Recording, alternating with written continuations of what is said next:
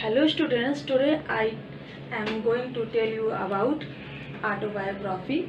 This is your second paper, BA first year. What is an autobiography? What is its meaning? इसका meaning क्या है, इसका अर्थ क्या है ऑटोबायोग्राफी का। जब मैंने आप लोगों को सिलेबस के बारे में बताया था तो मैंने एक एक हिंट दिया था पूरे सिलेबस का।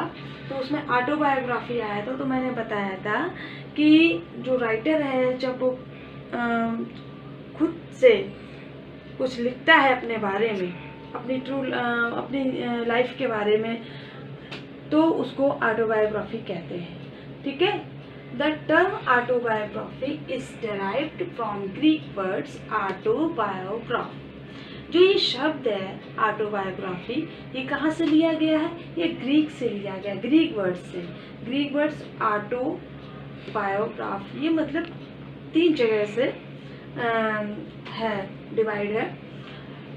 विच मीन्स, इसका अर्थ क्या होता है? विच मीन्स का ऑटो का मतलब है सेल्फ, बायो का मतलब है स्टोरी, एंड का मतलब राइटिंग। इसका मतलब क्या हुआ कि सेल्फ स्टोरी राइटिंग, मतलब स्वयं से आप कोई कहानी अपने बारे में ही लिख रहे हैं, तो उसको बोलते हैं autobiography. In autobiography the writer writes about her और हिज ऑन लाइफ हिमसेल्फ। देखिए तो क्लियर हो रहा है कि ऑटोबायोग्राफी में जो राइटर है वो अपने ही बारे में लिखता है। वो राइटर कौन हो सकता है? लेडी भी हो सकती है, जेंट्स भी हो सकता है। ओके, तो हिमसेल्फ मतलब स्वयं के विषय में लिखता है। The writer has written his or her true account of life. तो वो ऐसा नहीं है कि वो लिख रहा है तो वो कोई भी चीज़ लिखते है, मतलब कुछ मतलब इमेजिन करके वो कोई से लिखते, ऐसा नहीं है। इमेजिन करके नहीं लिख सकता है वो, किसी ट्रू अकाउंट ऑफ लाइफ, मतलब उसके जो जीवन में वाकई में वो चीज़ उसके साथ अगर घटित हुई होगी तो वो उसके बारे में लिखेगा। Some other forms of autobiographical nature are confessional. इस ऑटोबायोग्राफी में जो फॉर्म्स हैं, जो इसके रूप है, वो और कई हैं। कौन कौन? कन्फेशनल नोट, मतलब स्वयं के बारे में कुछ लिखना। डायरी, जनरली आजकल सभी लोग डायरी यूज़ करते हैं, रोज़ के बारे में अपने डायरी में लिखते हैं। जर्नल, लेटर लिखते हैं। मेमोयर मतलब कोई भी चीज़ याद करके लिखना। एंड पर्सनल एसेज, और पर्सनल एसेज जो कि आपके जो ये प्रोज आपका जो पेपर है इसमें जितने भी ये सब एसेज हैं लिखे हुए हैं जो आपके सिलेबस में दिए गए हैं। तो पर्सनल एसेज, ये सब पर्सनल एसेज किस में आते हैं? सब ऑटोबायोग्राफी के अंतर्गत आते हैं। इट वॉज विलियम टेलर, ये विलियम टेलर जो राइटर है, ये पहला राइटर है हु यूज्ड द टर्म, जिसने ऑटोबायोग्राफी जो शब्द है वो यूज़ किया। कब यूज़ किया? इन 1797 में इसने ऑटोबायोग्राफी शब्द यूज़ किया। In the English periodical the monthly review, जो मंथली रिव्यू में इसने ये शब्द जो है यूज किया। लेटर ऑन, इनके बाद it was used by Robert सौदे। विलियम टेलर के बाद किसने यूज किया? रॉबर्ट सौदे ने इसको यूज किया इन 1809 में। इन एंशिएंट एज, और कुछ पुराने भी युग में इसको यूज किया गया। तो किसने यूज किया है? Leonardo Lopez D Cordova. ये जो नाम है वो कब का है? 1362 टू 1420 से इनका जो राज्य चला है, शासन चला है, उसमें इन्होंने ये ऑटोबायोग्राफी यूज़ किया है। Can be considered the first who wrote autobiography. इनको भी जो है जो भी पहले हैं उस समय के, जिन्होंने सबसे पहले ऑटोबायोग्राफी लिखी, यूज़ करी। Okay, some of good autobiographies of English civil war. English civil war, जब सिविल वार हुआ था 1642 से 251 तक ये चला था, तो उस दौरान भी बहुत सारे ऑटोबायोग्राफीज लिखे गए थे। वो किसके द्वारा लिखे गए थे? Are written by Sir Edmund Ludlow. क्या नाम था उनका? Sir Edmund Ludlow and Sir John Reresby. ये 2 नाम हैं जिन्होंने इंग्लिश सिविल वार के दौरान ऑटोबायोग्राफीज लिखी हुई थी। During 18th and 19th centuries, 18वीं और 19वीं शताब्दी में Edward Gibbon and Benjamin Franklin से ऑटोबायोग्राफीज आर अपीयर्ड। किस दौरान?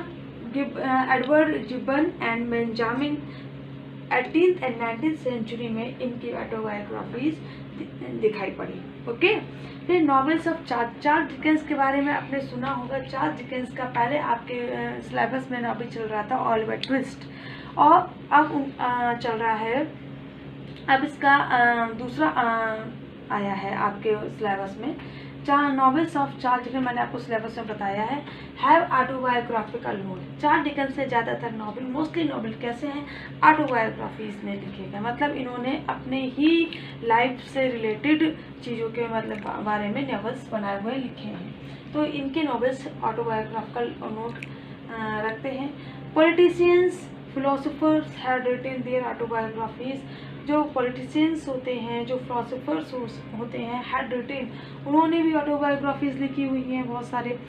तो इसके बाद सम ऑफ द रिमार्केबल नेम्स, उनमें से कुछ नेम भी हैं जो आप लोग नोट कर लीजिए। Anthony Trollope, Henry Brooks Adams, John Stuart Mill, Cardinal Newman and also entertainers like P.T. Barnum. ये जो नाम है, ये जो है पॉलिटिशियंस और जो फिलोसोफर्स रहे हैं, उन लोगों ने पॉलिटिशियन में रहने के बावजूद भी इन लोगों ने ऑटोबायोग्राफीज लिखी हैं। ठीक है, इसके बाद है autobiography is a work. Autobiography एक ऐसा वर्क है विच इज प्योरली सब्जेक्ट, जो पूर्ण रूप से सब्जेक्टिव होता है। ठीक है, इसको लिख के ही वो अपने विचारों को व्यक्त कर सकते हैं। कोई भी राइटर जो है चाहता है अपने बारे में लिखना, या वो लिखता है, तो उसको ऑटोबायोग्राफी बोलते हैं। ओके, अब मैं आपको ऑटोबायोग्राफी किसके टाइप्स बताऊंगी। These are the types of autobiographies. देखिए, ऑटोबायोग्राफीज पूरा मैं लिख कर मैंने डॉट आउट करते हैं, आप समझ चाहिए ऑटोबायोग्राफी लिखा है। ओके, तो नंबर 1 इसका टाइप है critics of totalitarianism. Okay, critics माने जो आलोचना करते हैं किसकी, जो सर्वाधिकार, जो ज़्यादातर लोग हैं। Criticism of single party system government presented by autobiographies by the opponents and victims of this system.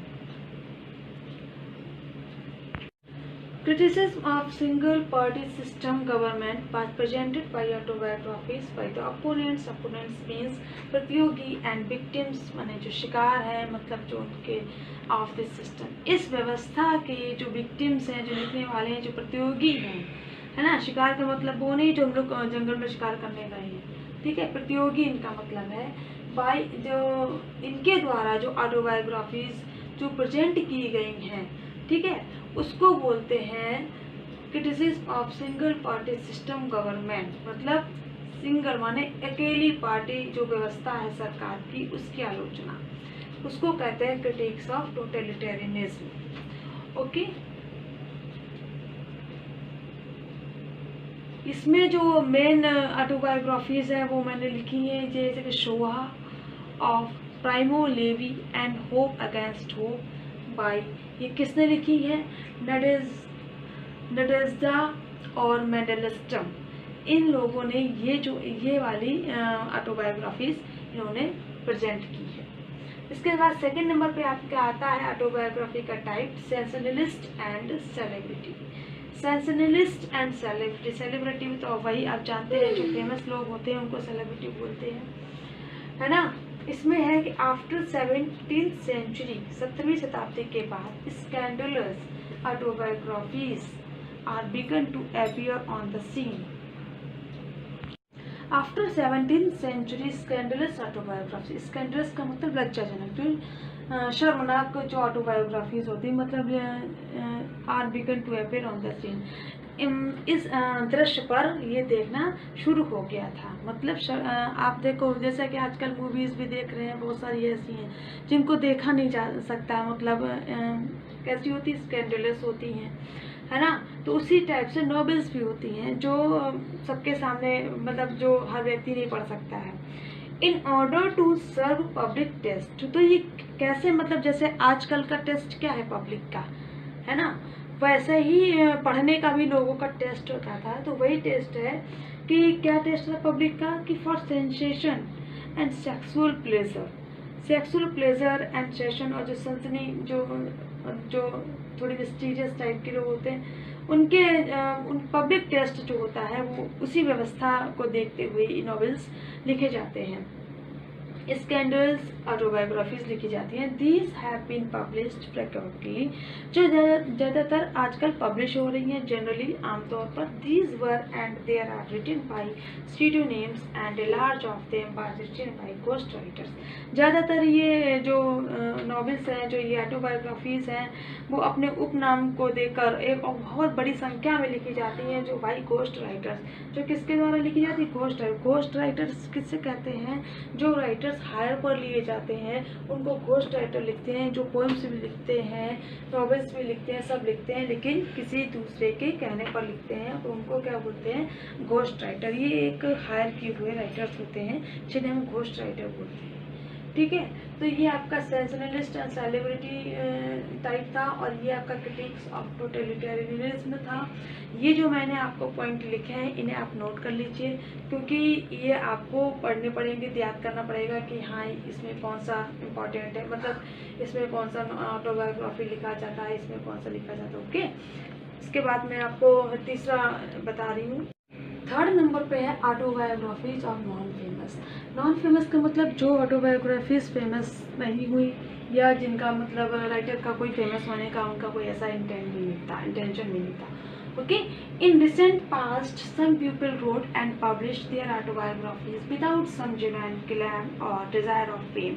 मतलब उनकी कोई इच्छा नहीं थी कि ये ऑटोबायोग्राफीज जो उन्होंने लिखी हैं, पब्लिश हुई हैं, वो कोई मतलब उसकी कोई उनको फेमस करने की ऐसी कोई इच्छा हो। Okay, some of such autobiographies which got commercial and critical success in USA. लेकिन इस तरह की कुछ ऑटोबायोग्राफीज ऐसी हैं जिनको कुछ आलोचनात्मक जो मतलब सफलता मिली है, कहाँ पर? यूएसए में। जो है ऑटोबायोग्राफीज जैसे कि Angela's Ashes and the Colour of Water और एंजेलास आशीष, इनको जो है सक्सेस मिली है and encouraged more and more people. और इन दोनों ने ही लोगों को इतना ज़्यादा इनकरेज किया कि वो खुद भी ट्राई करें अपने मतलब उनके पेन को वो लिखें अपने पेन से इन देयर फॉर्म ऑफ इस रूप में, मतलब इस टाइप से ऑटोबायोग्राफीज लिखे। इससे लोग और ज़्यादा इम्प्रेस हुए इन दो नॉवेल्स को, ऑटोबायोग्राफीज को पढ़कर। ओके, फोर्थ है आपका फेक ऑटोबायोग्राफी। फेक आपने वर्ड सुना होगा कि कोई भी चीज़ है ऐसा ही मतलब लिख दिया, तो उसमें ज़्यादातर क्या इसमें मैटर रहता है? सोशल प्रॉब्लम्स और पोलिटिकल सफरिंग्स, जो आजकल नॉर्मल है वही सब जो है इसमें फेक ऑटोबायोग्राफीज में लिखे जाते हैं। Social problems and political sufferings, मतलब जो राजनीति में जो भी स्ट्रगल चलता है उसके बारे में। नंबर 5 है आपका फिक्शनल ऑटोबायोग्राफी। फिक्शनल ऑटोबायोग्राफी क्या होती है? Which is written in first person, जो किसके द्वारा लिखी जाती है? फर्स्ट पर्सन, मतलब अपने द्वारा, खुद के द्वारा। और as the characters were writing their own biography, इसमें जो कैरेक्टर्स होते हैं वो अपनी बायोग्राफी लिखते हैं। आर टर्म्ड एज फिक्शनल, और इसी प्रकार के शब्द को क्या बोलते हैं? Fictional autobiography. फिक्शनल ऑटोबायोग्राफी में यही आपके चार्ल्स डिकेंस आते हैं, जिन्होंने ओलिवर ट्विस्ट लिखी है। और ये अभी मैं इसमें आपको एग्जाम्पल्स बता रही हूँ, वो आप लोग नोट कर लीजिएगा। तो these are the some examples of autobiographies. Daniel Defoe जिन्होंने मॉर फ्लैंडर्स लिखी थी, चार्ल्स डिकेंस जिन्होंने डेविड कॉपरफील्ड लिखी थी, जिन्होंने अपने बारे में इसमें बताया है। जेडी सेलिंगर्स इन्होंने लिखी The Catcher in the Rye. Okay, अब आपके जो इंडियन पीपल हैं, जो पॉलिटिशियंस रहे हैं, जिन्होंने बहुत अपना ज़्यादा नाम किया है, पूरे उनके हिस्ट्री में नाम है, जवाहरलाल नेहरू ने लिखी है एन ऑटोबायोग्राफी। मोहनदास करमचंद गांधी ने लिखी the story of experiments with truth, ये गांधी जी की है। B.R. अम्बेडकर जिन्होंने लिखे वेटिंग फॉर ए वीज़ा, और राजेंद्र प्रसाद जो फर्स्ट प्रेसिडेंट ऑफ इंडिया रहे हैं, उन्होंने लिखी आत्मकथा। और बाबर ने आपने नाम सुना होगा हिस्ट्री में, उन्होंने लिखी थी बाबरनामा। ऐसे ही बहुत सारी ऑटोबायोग्राफीज हैं। There are many types of autobiographies. क्योंकि कोई भी लिख सकता है, मतलब जिसको भी अपने बारे में लिखना है, कुछ उसको कोई भी मेमोरी हमेशा के लिए रखनी है तो वो ऑटोबायोग्राफी लिख सकता है। और बहुत सारे लोगों ने लिखी हुई है, बहुत सारी है। मैंने उसमें से कुछ आपके एग्जाम्पल्स के लिए आपको 4-5 बता दी हैं, तो इनको आप नोट कर लीजिए। क्योंकि जब ऑटोबायोग्राफी के ऊपर कोई क्वेश्चन आता है तो आपको ये थोड़े एग्जाम्पल्स भी देने पड़ते हैं 2-4, और उसका मीनिंग बताना पड़ता है। मीनिंग में जो मैंने आपको सबसे पहले बताया कि ये टर्म जो है किस वर्ड से लिया गया, तो ग्रीक वर्ड से लिया गया, उसका मीनिंग क्या है। तो सबसे पहले आप कोई भी टर्म होता है, जैसे ऑटोबायोग्राफी, बायोग्राफी, कोई भी आपका ऐसे में कोई भी आप शब्द लेंगे तो सबसे पहले आप उसका मीनिंग बताएंगे, उसके बाद आप आगे चलेंगे। ओके, तो ये आपका कैसा है, थ्योरी वाला पेपर है, और उसमें आपको सब डिटेल में देना है, बताना है। पोएट्री आपका है ऑब्जेक्टिव वाला पेपर, और ये आपका थ्योरी वाला पेपर। तो थैंक यू।